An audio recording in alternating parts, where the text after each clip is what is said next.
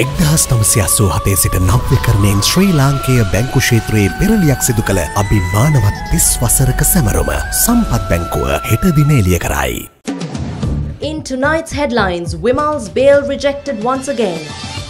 First at 9. This is Other Derana 24/7. Chief Prelate of Amarapura Mahanikaya passes away. Sri Lanka beats Pakistan and wins Asia Emerging Teams Cup. 10 dead while dozens injured in St. Petersburg metro blasts.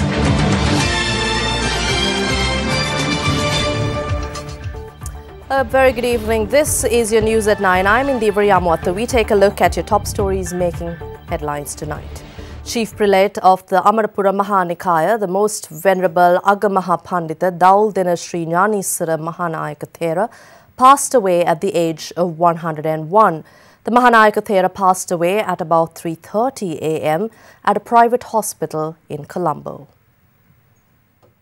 Chief Prelate of the Amarapura Mahanikaya, the most venerable Agamaha Pandita Dawuldena Sri ஞானீஸ்வர Thero, was born as Aloka Mudiyan Selage Siribaddana on the 31st of December 1915 in Dawuldena in the Badulla district. Venerable Agamaha Pandita Dawuldena Sri ஞானீஸ்வர Thero entered the Buddha Sasana on the 8th of March 1928 and was ordained in 1935. As a learned monk, he created a generation of students through the Buddhist and Pali University as well as Pirivenas, including Vidyabhushana, Atampitiya, Sri ஞானீஸ்வர, Honupitiya and Rahula College, Malabe. In 2003, he was appointed as the Mahanayaka of Chief Prelate of the Amarapura Mahanikaya. Venerable Agamaha Pandita Dawuldena Thero's remains were brought to the Sri Vidya Vijayarama in Pagoda for public honour and will remain there until Thursday. He was renowned as a leading Sanskrit scholar both in Sri Lanka and overseas. Venerable Agamaha Pandita Dawuldena Thero's final rites will be carried out at the Independence Square on Thursday with full state honours. We are inviting all citizens of the country to participate in the funeral on April 6th at 3:30 p.m.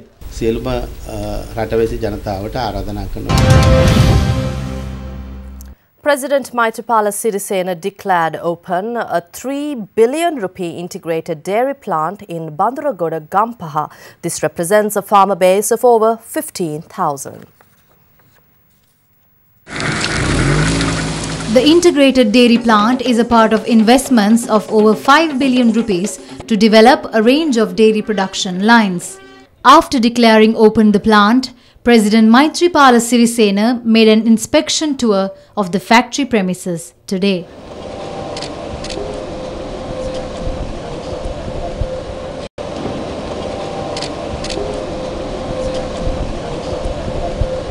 This plant can handle about 120,000 liters of milk per day, and this milk comes from our farmers living in rural areas over the country, and this milk is converted to value-added product like UHT milk, ice cream, drinking yogurt, cheese and so on. So the market created by this product is another market for our rural farmer for their produce. We are glad to say our farmers get about over 8 million rupees every day direct to their hand without any middleman. By this operation, we are so happy to say we are not only helping the farmers, also as a nation, we are reducing the importation of milk powder where a huge amount of foreign exchange is drained off. We took a leap steps today, and this plant will enable us to improve our production and buy more and more milk and give more and more service to our country. Speaking at an event held at the Temple Trees this afternoon, Prime Minister Ranil Wickremesinghe said that it is the responsibility of all children to make the most out of their education.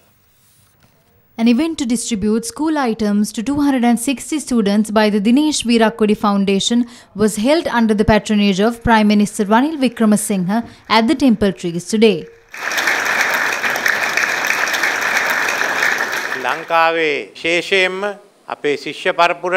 Education is the ultimate path for the Sri Lankan younger generation to move forward.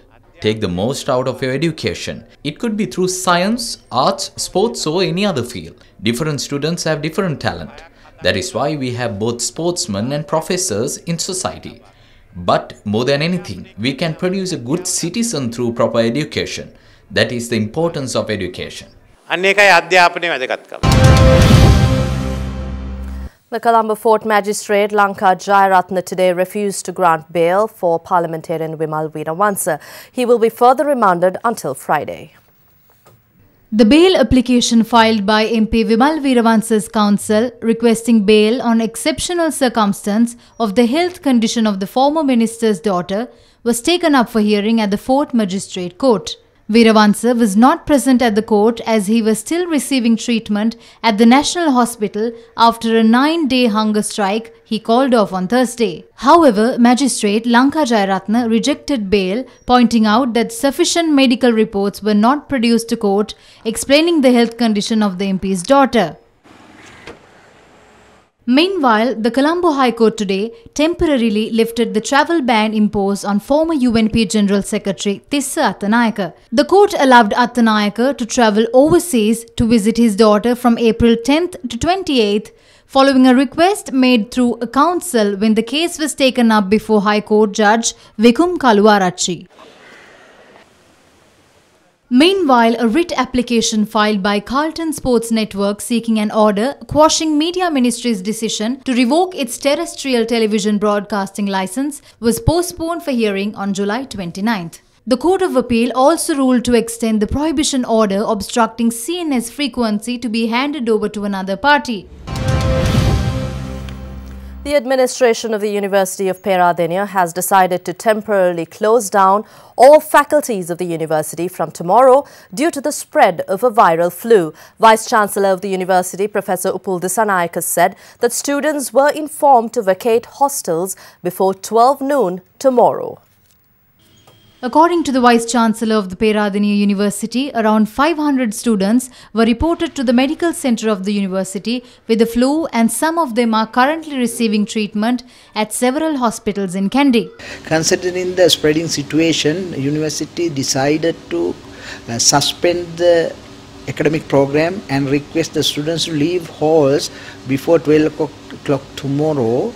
As a safety measure. We don't want this to be further spread among students. The health center reported to me that this is not H1N1 virus. This is a different virus which spreads all over the country. Several students of Peradeniya University expressed views about the situation. A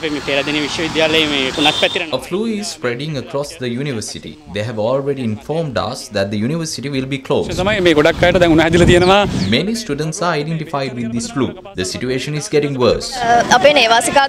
Many students in our hostels suffer from this flu. Therefore, we are unable to continue with our studies.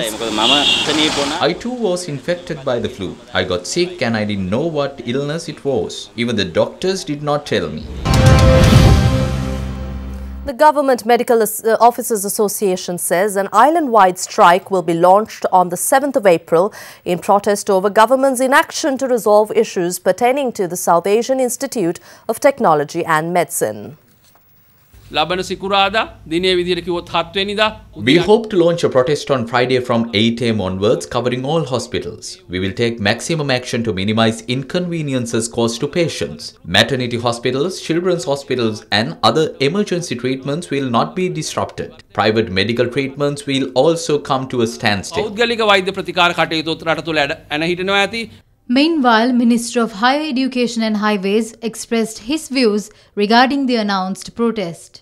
Doctors say there's a minimum standard to become a medical professional. 4 years ago, we said that if they draft the minimum standard, we are ready to gazette it. That has to be formulated by the doctors and not by the government or politicians. The site on private medical college was not initiated by this government. It was initiated by the previous government. I'm not accusing anyone. None of them who are against it today were against this when it started. Some say this must be shut down, but even if the government wants to close it down, we cannot do it as it is accepted by the court. It is accepted this Court of Appeal too, so it is possible to do it in this country. The main request of these people are to close Saitam, which is an impossible task.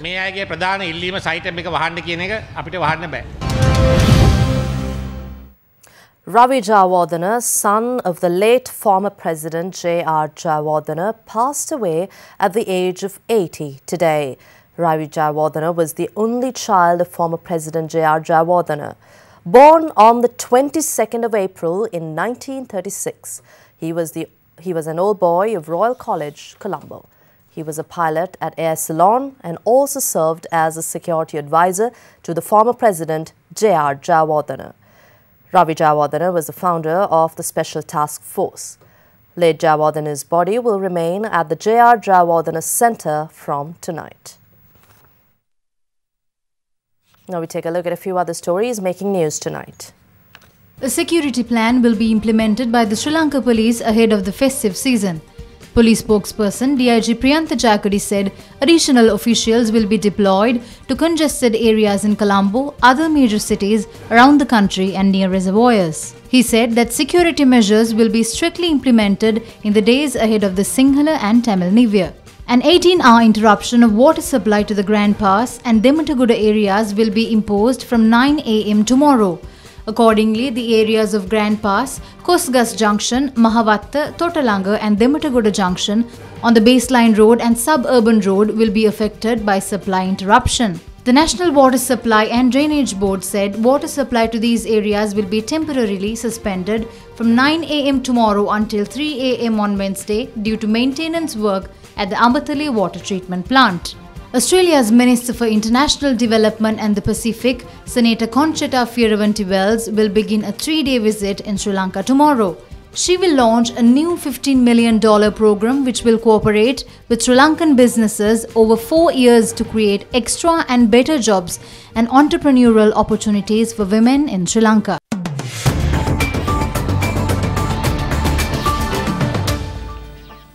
And in our business segment, leader of the Pivithuru Hela Urumaya, parliamentarian Udaya Gammampila points out that Sri Lanka will not have the support of foreign allies to solve current economic woes of the country.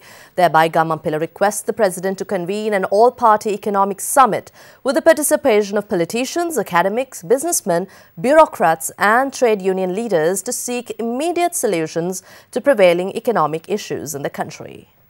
Sri Lankan economy is in a very bad shape and it is about to collapse, just like what happened in Greece several years ago.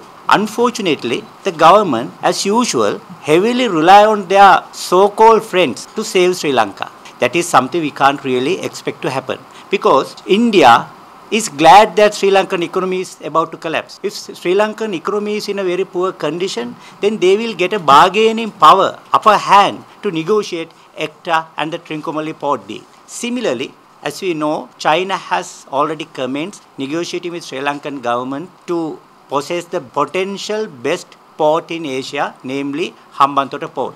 If Sri Lankan economy is in a bad shape, if we are weak in our negotiations, then they can go for a longer term as well as lower consideration in that deal. If our economy collapses, then World Bank and IMF can come up and say, look, we can bail your economy out, we have a relief package. But if people really want food, employment and a better economic conditions, they have to approve the federal constitution at the forthcoming referendum. All these so-called friends have ulterior motives in dealings with Sri Lanka. They all want Sri Lankan economy to collapse to achieve their objectives. And now we take a look at how the stock market performed during today's session. We have Imeshi Fernando from the Colombo Stock Exchange.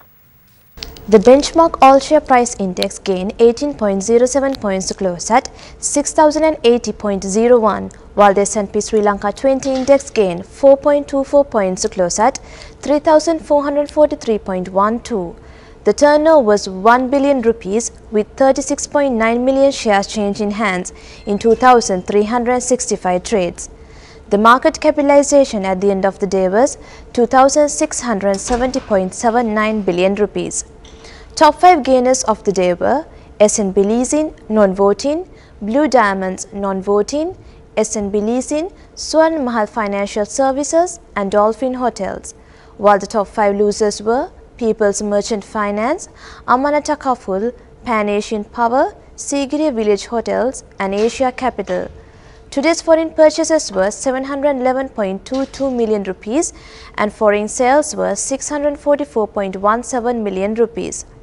There were 8 crossings today and the crossings turnover was 820.05 million rupees. For forecast of the week's stock market performance, we have with us Amanda Lokogamage from First Capital Holdings. We could see that increased foreign participation was resulting in large foreign inflows into the market. Ahead of the upcoming festive season, we expect the market activities to revive with increased investor confidence. We also expect retail investor activities to increase while institutional investors will continue to buy into blue chip counters. Further, we expect foreign buying interest to continue given the attractive valuations. Here's a look at how the Sri Lankan rupee traded across other major currencies during the day.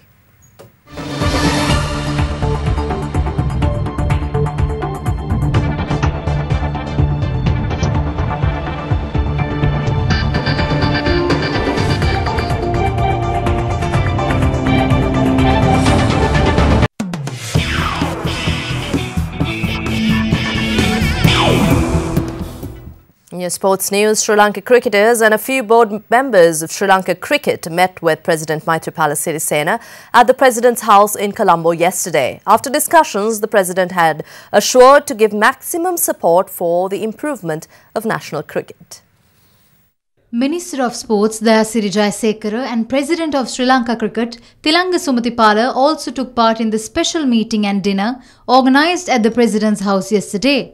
President of Asian Cricket Council Shahryar M. Khan, President of Bangladesh Cricket Boad Nazmul Hassan and many senior national cricketers and their families joined this occasion. Cricket කණ්ඩායම අද අභියෝග ගණනාවක් මත ඉදිරියට යනවා.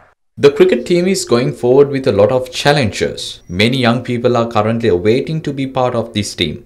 I personally know that our professional team players are doing their best with a high team spirit as well as much love for our nation. හැඟීමෙන් රට වෙනුවෙන් තාම ගෞරවනීය විදියට රටට ආදරය කරලා වැඩ කරන අය තමයි මේ සියලු දෙනාම මම බොහොම පැහැදිලිව දන්නවා. Sri Lanka Cricket has announced the names of the 16 players who will form the squad for the T20 matches against Bangladesh, which begins tomorrow at the R. Premadasa International Cricket Stadium. The series will be led under the captaincy of Upul Tharanga.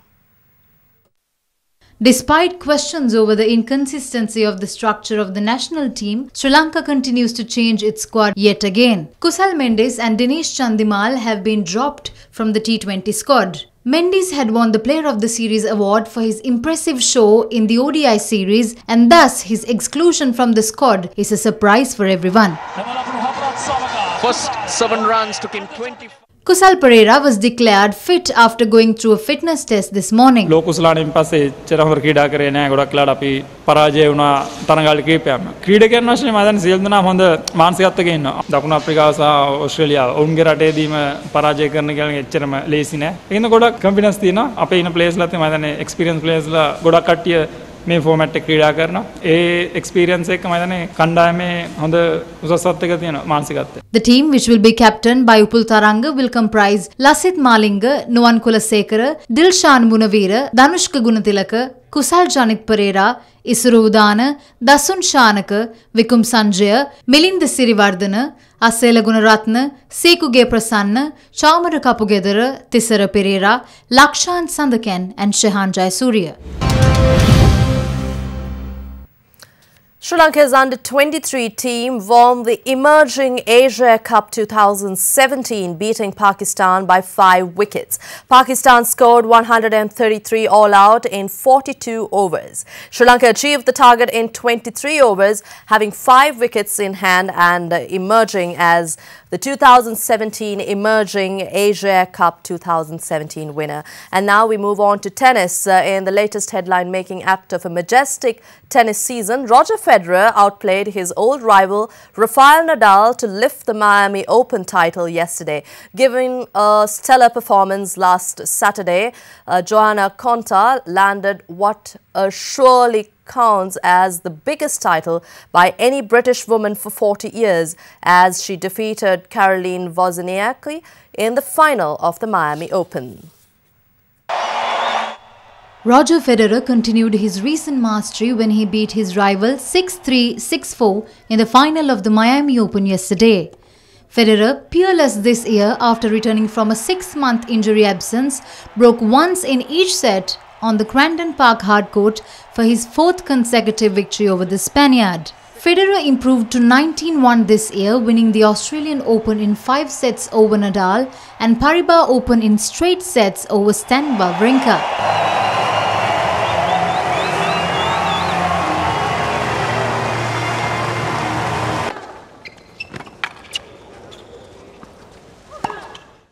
Late-blooming Johanna Konta won the biggest title of her career when she beat Caroline Wozniacki 6-4, 6-3 in the women's final at the Miami Open on Saturday. Konta stuck to her hard-hitting tactics despite a few hiccups before clinching a victory with a perfectly weighted lob that landed on the baseline for her 2nd title of the year after winning the Sydney in January. Wozniacki used all of her vaunted endurance to run tirelessly after every ball but was undone by a weak serve. She was broken 6 times and won only 30% of her second serves, which Konta picked off relentlessly. And she's going to hold that up proud. Ladies and gentlemen, your champion, Johanna Konta of the Miami Open, presented by Itaú.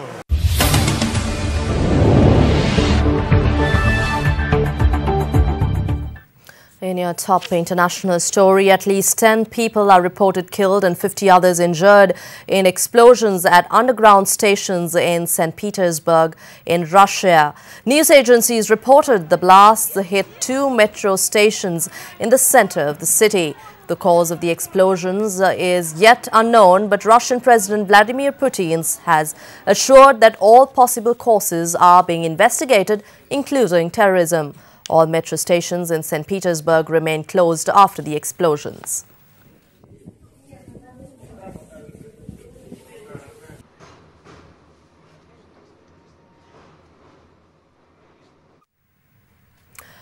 And Tamil Nadu politician V. Gopalaswamy, commonly known as Vaiko, was arrested today over a case of sedition pending against him since 2009, when he warned that India would be divided over the war with the LTTE in Sri Lanka. Vaiko surrendered before a magistrate and was sent to prison under judicial custody for 15 days.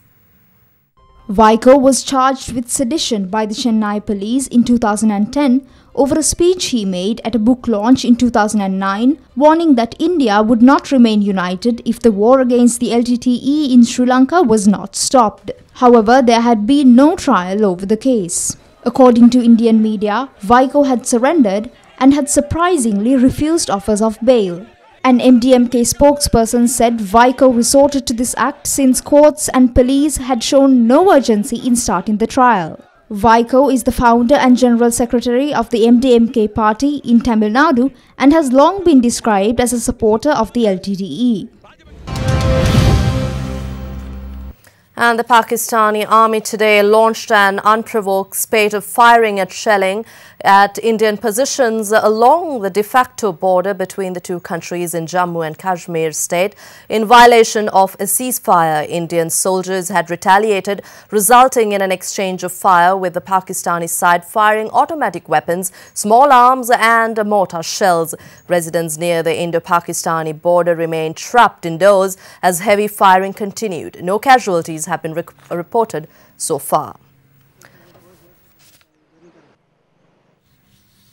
And moving on to the United States, President Donald Trump says that the United States would solve the nuclear threat from North Korea with or without China's help. Trump was speaking ahead of a scheduled visit from the Chinese President Xi Jinping this week, adding that he was completely confident of the capability of the US to succeed in dealing with North Korea.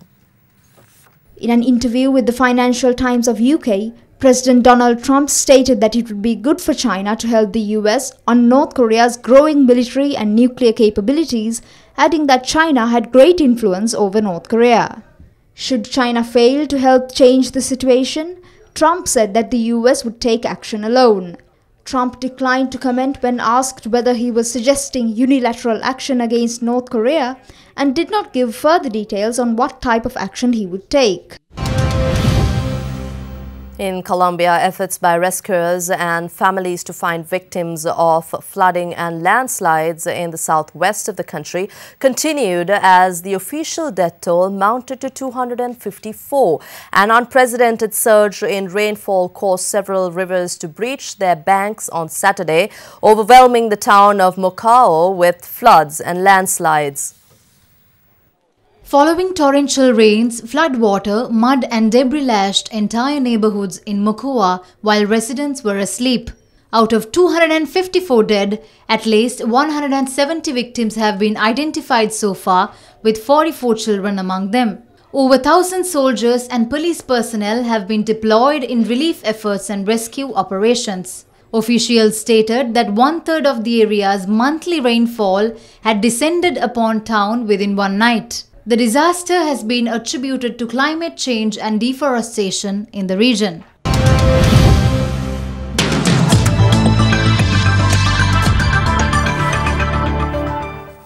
On to your weather forecast for tomorrow now. Showers or thunder showers will occur in most parts of the island during the afternoon. Showers can be expected in the western, southern, coastal areas during the morning hours. Fairly heavy falls of above 50 millimeters can be expected at some places, particularly in the western, Sabaragamu, central, Uva and southern provinces of the country.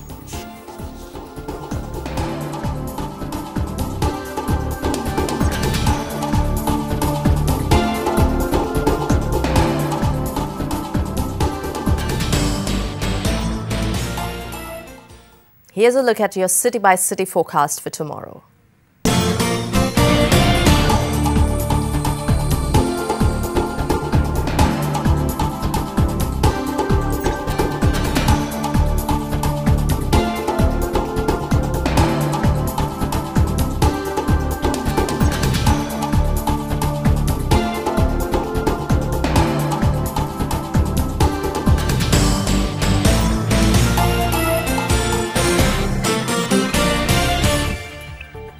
That's all from the news desk for tonight. For the very latest, you may log on to www.otherderana.lk or follow us on Twitter @otherderana. Before we go, we would like to leave you with some visuals of Sri Lanka's diverse and unique wildlife. Some famously iconic and some we barely noticed. Have a pleasant evening. Good night.